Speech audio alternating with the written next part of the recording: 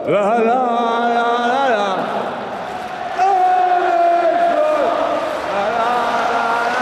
Assalamualaikum, salam sejahtera, selamat datang ke channel Bias Liverpool. Jadi, kemenangan yang meletakkan Liverpool within a grasp.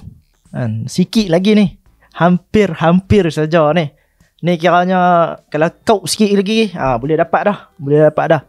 Perlukan lagi 6 mata ataupun kurang daripada itu, bergantung kepada situasi Arsenal. Adakah Arsenal akan menang baki ke semua perlawanan, ataupun sebelum Liverpool bermain selepas ini Arsenal drop point dan Liverpool mungkin hanya perlukan 3 ataupun 4 mata saja sebelum melayakkan diri, menggelarkan diri sebagai the champion of Premier League. Jadi sebelum aku mulakan pesanan penaja, kalau siapa yang belum subscribe channel ni, sila berbuat demikian. Kita hanya tinggal lagi 280 subscriber untuk mencukupkan jumlah kepada 10,000 subscriber within beberapa bulan. Jadi tolong aku dapatkan bilangan itu so that aku lebih bersemangat untuk buat video dan sebagainya. Thank you juga untuk semalam siapa yang tune in kepada watch along Liverpool menentang West Ham United, walaupun ada senaman jantung, tetapi finally kita berjaya dapatkan 3 mata dan kemenangan yang agak dramatik bagi aku. So back into the match malam tadi, aku rasa performance Liverpool pada first half tu, bagi aku Liverpool bermula dengan sangat-sangat garang, di mana kita nampak Liverpool fed Mohamed Salah continuously sepanjang 45 minit awal, di mana Mohamed Salah bagiku membuatkan Oliver Scarlett mempunyai torrid time pada malam tu. Dahlah kawan player muda, aku jangkakan pada awalnya Aaron Wan-Bissaka akan dipindahkan ke bahagian kiri, tetapi rupa-rupanya dia letakkan player muda berhadapan dengan Mohamed Salah. Tambahan pula, Mohamed Salah baru saja dapatkan moral booster in terms of contract extension pula. Dia pula nak kejar rekod assist dan juga rekod gol yang tinggal hanya lagi sekarang ni 3 gol dan juga 3 assist untuk pecahkan that amount of goal and juga assist. Jadi sebab itulah aku rasa first half tu bagiku ialah all about Liverpool lah. Sampailah Liverpool dapatkan gol pada minit ke 18 something tu, bagiku cara Liverpool bermain tu memang nampak sangat-sangat natural, di mana kita juga nampak yang daripada segi line up, Alisson dah pun kembali sebagai our starting goalkeeper. Kemudiannya Tsimikas masuk menggantikan Andy Robertson. Di bahagian kanan pula Conor Bradley masuk menggantikan Curtis Jones yang telah ditolak naik ke atas sebagai nombor 10. Jadi di bahagian depan juga kita nampak the usual front three lah. Mohamed Salah, Diogo Jota dan juga Luis Diaz sebagai left winger. Mohamed Salah, dia mempunyai someone untuk do the running for him. Bila Conor Bradley ni main as a natural right back, dia memang kita nampak lah yang dynamic itu sekarang ni mungkin cuba diasah oleh Arne Slot, di mana Arne Slot mungkin dia kata macam ni lah.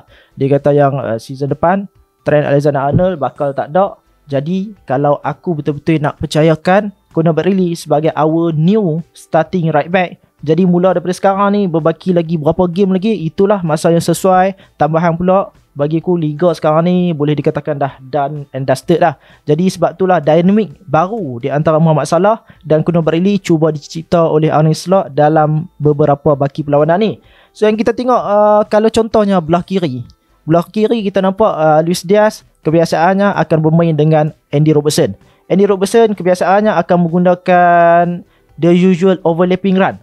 Tetapi berbeza pula di bahagian kanan, di mana bila Conor Bradley main ni, Mohamed Salah dia akan jaga kelebaran padang, dia akan jadi width holder di bahagian kanan. Manakala Conor Bradley pula kebiasaannya kita nampak dia akan berada lebih central, berada lebih ke dalam tengah, dan itu membuka ruang untuk pemain-pemain lain semuanya berfokus kepada Conor Bradley. Permainan dia tu sendiri kita tahu, dia akan pick up bola tu, bawa bola, kemudiannya beberapa pemain lawan dia akan cuba mendekat, seterusnya membuka ruang kepada Mohamed Salah lah untuk do the riot di bahagian depan. Dan itulah bagiku sedikit sebanyak introduction dynamic baru yang cuba dicipta oleh Arne Slot di bahagian kanan, di bahagian right hand side kita. Kita juga nampak yang apabila energetic runner berada berdekatan dengan Mohamed Salah, contohnya lawan Fulham minggu lepas, di mana kita nampak Harvey Elliott ditolak naik atas, dia yang menjaga kelebaran padang, Mohamed Salah masuk lebih ke dalam, kemudiannya Conor Bradley juga diletakkan di bahagian right hand side tu, nampak lebih natural, dan itulah berlaku pada first half semalam. banyak percubaan sebelum way before than that goal lagi. Luis Diaz nampak sangat-sangat energetic. Diogo Jota juga beberapa kali kita nampak walaupun dia tak buat banyak cubaan, tetapi cubaan dia untuk link up the play, dia akan lebih banyak turun ke bawah, drop down sikit a little bit, kemudiannya pick up bola dan seterusnya dia akan play others lah sebelum dia sendiri membuat running masuk ke dalam kotak. So tentang first half tu bagiku chances creation memang banyak jatuh kepada Mohamed Salah dengan ketiadaan left back yang lebih senior untuk West Ham. Kita nampak Oliver Scholars yang aku sebut tadi, apabila berlaku 1v1 dengan Mohamed Salah dia mula toying around, which is quick footwork. Kita nampak yang apabila bola lambung daripada bawah, contohnya Ibo Konate hantar terus naik atas, contohnya Virgil van Dijk ada sekali tu dia bagi satu diagonal ball yang sangat-sangat cantik, terus membelah sampai ke sana. Cara Mohamed Salah dia bawa turun bola tu, turun ke bawah, seterusnya dia membawa bola tu sampai ke dalam kotak. Itu ialah something yang rasanya beberapa game ni kita nampak agak kurang Mohamed Salah buat. Itu menunjukkan yang Mohamed Salah ni dia still have his magic. Kalau kesemua option di sekelilingnya optimum, satu pas cucuk yang telah pun menjadi signature move untuk Mohamed Salah, hantar kepada Diogo Jota, tak dapat dekat dia, dapat dekat Luis Diaz yang free, and then Liverpool dapatkan 1-0. So selepas itu beberapa kali lah aku nampak satu lagi chances dicipta oleh Mohamed Salah sampai dekat Alexis Mac Allister. Sayangnya dia tak dapat skor gol tu. Kalau contohnya dia dapatkan skor gol tu, memang sangat-sangat baiklah. 2 assist dalam masa kurang daripada 45 minit boleh dicipta oleh Mohamed Salah. Jadi masuk second half tu aku rasa kita pun expect lah, kita sebagai fans pun mungkin kita expect lah main dekat Anfield, semua condition tu bagiku memenuhi kriteria yang dimahukan oleh pemain-pemain Liverpool di atas padang tu. Kita expect the same outcome. Malangnya benda itu tak berlaku, dan durability kita rasanya untuk beberapa perlawanan ni hanya mampu bertahan selama 45 minit saja, dan itu yang berlaku pada malam tadi menentang West Ham. Kita expect outcome sama seperti first half, tapi tak terjadi benda tu. Bagiku dengan Liverpool leading 1-0, dia pun cuba tarik sikit handbrake, dia pun tak mau go all out, cuba untuk membiarkan opponent dictate the tempo, cuba biarkan opponent untuk come to us. Tapi malangnya benda tu menjadi pressure sendiri kepada kita, disebabkan rasanya pada awalnya mungkin mereka akan cuba untuk membiarkan West Ham push naik atas untuk attack, seterusnya membuka ruang di bahagian belakang. Tetapi malangnya terlalu berlanjutan dan terlalu banyak, possession yang dipegang West Ham juga meningkat terlalu drastik, sampailah situasi itu spiraling into a total chaos dan juga total lost control kepada Liverpool. Sebab itulah aku nampak yang West Ham pun dia figure out dah, apabila Liverpool cuba membuat build up, dia dah figure out yang kita boleh buat high pressing dekat Liverpool ni. Sebab Liverpool tak ada player yang betul-betul comfortable on the ball, tak ada player yang betul-betul ada composure untuk dapatkan bola, untuk membuat short passing around dan sebagainya. Dan itu juga membuatkan build up quality Liverpool dan juga passing quality Liverpool sendiri tak sangat-sangat cantik, tak berkualiti. Dan bagiku tambahan dengan cara pasif out of position Liverpool, yang kita tahu, yang aku sendiri dalam live watch along semalam aku sebut yang bentuk 4-2-4 Liverpool tu, bentuk 4-2-4 yang gemar digunakan oleh Arne Slot tu, banyak membiarkan Liverpool menjadi pasif walaupun berada di Stadium Anfield sendiri, dan itu membuatkan West Ham makin lama makin growing into the game sampailah mereka berjaya dapatkan gol penyamaan hasil daripada mistake Van Dijk ataupun Robo. Yang tu kita sebut lagi.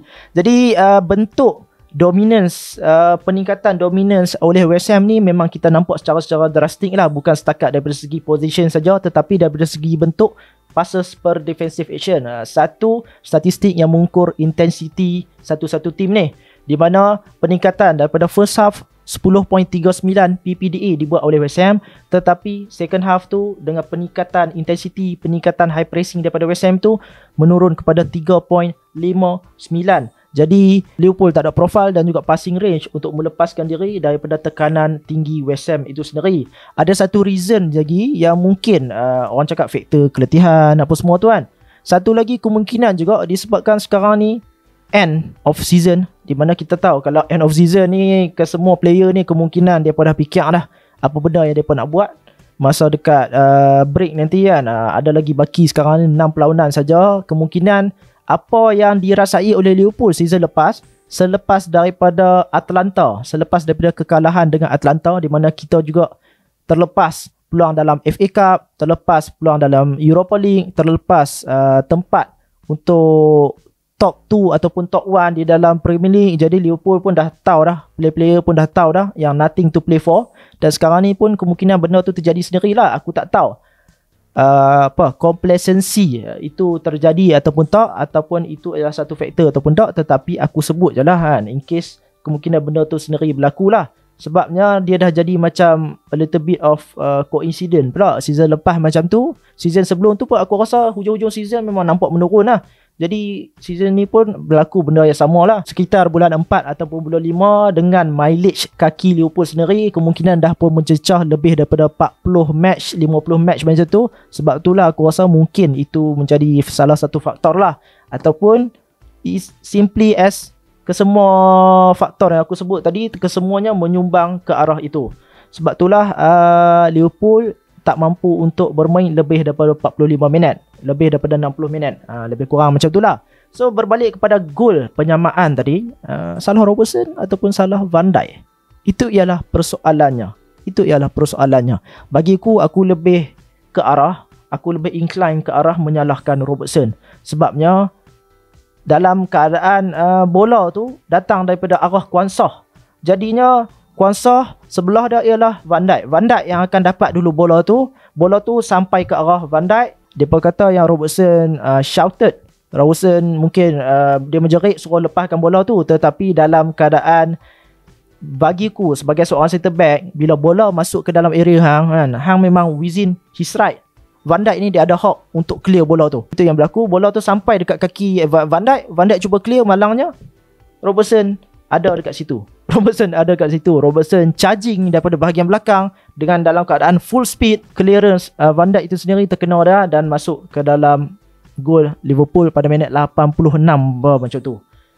Aku tengok Robertson mengamuk. Dia menjerit. Aku tak tahu apa yang dia cuba blame Van Dijk. Sebab dalam keadaan tu aku nampak dia lebih ke arah blame Van Dijk. Robertson hari tu lawan Fulham pun baru minggu lepas buat benda yang sama juga dengan gol Iwobi tu. Kita tengok clearance dia tu, first tu dah jadi masalah dah. Masalah kedua ialah dia charging. Dia berlari like a headless chicken. Itu yang berlaku. Aku sebelum ni aku nampak Bozo moment ataupun Bozo Jin ni, last player yang aku rasa mempunyai banyak buat benda macam tu ialah Dejan Lovren. Tapi Robertson ni rasanya selepas dia his legs gone, kemungkinan dia dah mulalah develop benda macam tu. Dan itu ialah something yang tak seronok lah. Aku bercakap selama ni dan aku pertahankan pendapat di mana aku kata yang daripada jual Robertson, baik jual Tsimikas. Sebabnya Tsimikas ni kita tahu dia punya limitation macam mana. Tsimikas ni memang dah tak boleh improve dah. So Robertson diturunkan sebagai backup. Left back baru akan dicari oleh Liverpool. Sementara habis kontrak Robertson dilepaskan sebagai free agent. Tetapi kalau let's say dia dah mula develop this Bozo moment, occasionally sekali dia main, walaupun main around 30 minit je, dia masuk sebagai substitute, tetapi dia still boleh buat mistake macam tu. Benda yang berat jugalah untuk Liverpool untuk musim depan. Benda yang dia selalu buat tu running like a headless chicken untuk membetulkan keadaan. Aku harap benda tu tak menjadi simbol hujung-hujung karier Andy Robertson di Liverpool nanti. Jadi kesilapan daripada kedua tu, miss up communication di antara kedua-dua pemain, Van Dijk dan juga Andy Robertson, nampak macam kita ni akan drop lagi 2 point. Tetapi pada minit 88, 89 macam tu, Liverpool keep on attacking. Aku rasa kredit juga kepada Alexis McAllister malam tu. Alexis McAllister, kalau perasan, rasanya corner tu pun berpunca daripada dia. Apabila dia sepak terus daripada tepi tu, Areola save, walaupun bola tu bola yang aku rasa agak lemah, tetapi bola tu memang straight kepada gol West Ham. Jadi Areola save bola tu, delivery yang cantik sampai kepada kepala Virgil van Dijk, dan dia, aku boleh katakan, take matters into his own hands, lari ke arah fans Liverpool and attacking the Kop end, scoring at the Kop end. Kemudiannya dengan simboliknya dia kiss the badges of Liverpool. Gol dia tu memang mencipta satu naratif, mencipta satu setting yang perfect. Sebabnya aku rasa lagi beberapa hari lagi Van Dijk akan announce kontrak dia, dan dalam masa yang sama dia pula jadi hero pada malam tadi. Dan kita tak ada midweek game. Jadi ini adalah satu-satunya game Liverpool akan main sebelum extend kontrak dah. Van Dijk kata kalau semua orang tak boleh skor, dia yang akan jadi captain fantastic pada malam tadi untuk menangkan Liverpool ke semua 3 poin. Aku rasa bercakap pasal Van Dijk, bercakap pasal Robertson apa semua kan. Ada seorang lagi player yang aku rasa man of the match Liverpool ialah Alisson. Aku rasa tanpa Alisson, kemungkinan 3 poin Liverpool tu memang tak dapat dah kan. Banyak kali dia save kita. Banyak kali ada satu tip saving tu betul-betul hujung jari tu oleh Muhammad Kudus kot. Rasanya dia save. Sebelum tu lagi, sebelum sampai fasa tu, dia save bola daripada Soler. Selepas itu pada second half ada juga satu 1v1 saving daripada Jarrod Bowen. So memang Alisson banyak kali save kita. Dan kita untuk musim ni kan, kita hampir mendapatkan kejuaraan ni memang banyak perlu berterima kasih kepada Alisson lah. All in all, kita tak boleh complain lebih lah. Tak boleh complain lebih lah pasal ni lah. Walaupun Liverpool menang Liga, tetapi dalam masa yang sama aku juga rasa macam season ni season yang agak pelik lah. Sebabnya kalau diberi peluang kepada aku kan, player mana yang nak jual, player mana yang akan stay kan, boleh dikatakan majority player dalam squad Liverpool ni aku akan jual tanpa berfikir panjang. Sebabnya aku boleh katakan kita ni tim yang flaws lah, tim yang mempunyai banyak kelemahan. Dan aku tak ada lah nak banyak sangat blame Arne Slot lah apa semua, sebab this is a phase 1 Arne Slot kan. Bagiku tim ni pun memang bukan totally tim dah. Slot ball yang sekarang ni mungkin pada awal musim tu kita nampak sikit, mungkin kita nampak lebih kurang 30% 40% macam tu kan. Tetapi dia tak boleh fully blast lagi kan, disebabkan dia tak ada player yang dia nak. Sebab itulah aku rasa pembeli macam Harvey Elliott, Federico Chiesa, player yang dia tak percaya tu memang sampai ke sudah lah, dia tak mampu letakkan player-player ni di atas padang. So adakah aku suka pasal benda tu? Aku tak suka. Tetapi kita juga jangan lupa yang this is his debut season, pengenalan dia dekat dalam English soil. Tetapi dia mampu memberikan kejuaraan ke-20 kita. Dalam masa yang sama kita juga tengok tim kita ni season lepas top 3 saja kan, dapat nombor 3 saja. Season sebelum tu dapat nombor 5. Jadi dalam first season dia berjaya bawa Liverpool ke kejuaraan ke-20 kita kan, sekaligus menyamakan kedudukan dengan MU. Aku berikan kredit where is due. Aku harap season depan banyak lagi improvement yang dia buat. Kalau dah masuk musim depan, kalau dah dapat player dia sendiri, dia buat juga benda yang sama berulang-ulang kali kan. Bagiku itulah momen yang bagiku mungkin kita patut bagi kritikan kepada dia lah. So aku nak cakap panjang pun tak boleh, sebabnya bagiku mudah dia macam ni kan. Semalam Liverpool dapat 1 gol. Kalau contohnya penalti yang sepatutnya penalti tu dapat kat Liverpool dapat gol kedua, dan aku rasa kita dah tak bersembang dah pasal ni kan. Dan kemungkinan floodgate akan open dan Liverpool akan skor gol ketiga ataupun gol keempat lah. Tetapi disebabkan aku tak tahu kenapa pihak VAR tak bagi penalti tu, dia kata alasan dia ialah accidental. Padahal 80% bola handball dalam kotak penalti semuanya accident, semuanya accidental. Mana ada orang yang saja pegang benda tu kan. So aku tak tahu kenapa VAR tak bagi penalti tu. So Liverpool leading 1-0. Liverpool lost a little bit of control, benarkan West Ham untuk skor lagi. Dan Van Dijk finally dapatkan gol kemenangan untuk kita pada minit 89. Jadi aku berhenti dulu takat ni. Jangan lupa like, jangan lupa tekan butang subscribe. Komen juga expectation apa kepada baki lagi 6 perlawanan ni kan. Dekat mana Liverpool akan menang Liga, team mana yang akan bagi guard of honor kepada kita. Dan hopefully that one team akan bagi guard of honor kepada kita di Anfield nanti. Kita berjumpa lagi di next video. Assalamualaikum.